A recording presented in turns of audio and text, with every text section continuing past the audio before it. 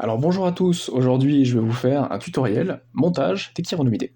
Alors, sous une loupe binoculaire avec une lame précédemment étiquetée, nous allons placer une goutte d'un liquide de montage semi-permanent, Aquatex, qui nous servira à monter notre chironomidé. Alors, une fois cette goutte placée, nous allons sélectionner un ou plusieurs larves qui ont été traitées précédemment à l'hydroxyde de potassium pendant 12 heures, puis environ quelques minutes à l'acide chlorhydrique. L'objectif étant de dissoudre les éléments musculaires et d'éclaircir la capsule céphalique. Bon alors là, j'en ai trop mis. Je vais enlever quelques chironomes pour n'en garder qu'un, tel que cela. Ensuite, nous allons faire la mise au point.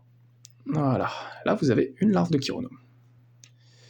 Ensuite, ce qu'il vous faut faire, c'est vous munir d'un scalpel, puis de venir sectionner le chironomidé entre la capsule céphalique et les parapodes, tels que ceci.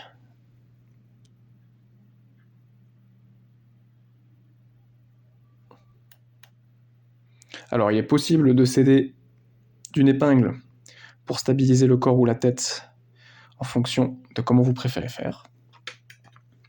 Mais voilà, la tête est maintenant séparée du corps. Nous pouvons zoomer et nous pouvons voir qu'il faut normalement placer la tête en position ventrale.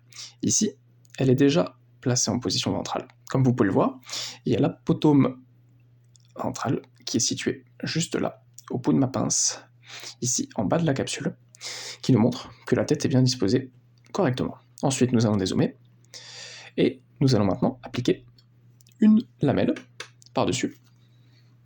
Alors, utilisez lamelles que vous pouvez.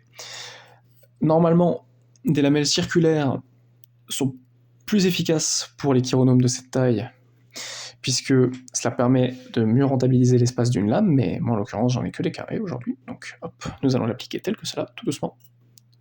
Hop. Puis nous allons laisser l'Aquatex s'étaler un tout petit peu.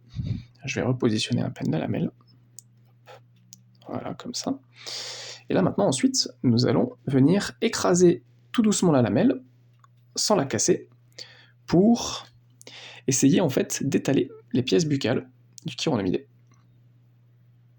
afin de faciliter sa détermination. Comme ceci. Voilà. Et voilà.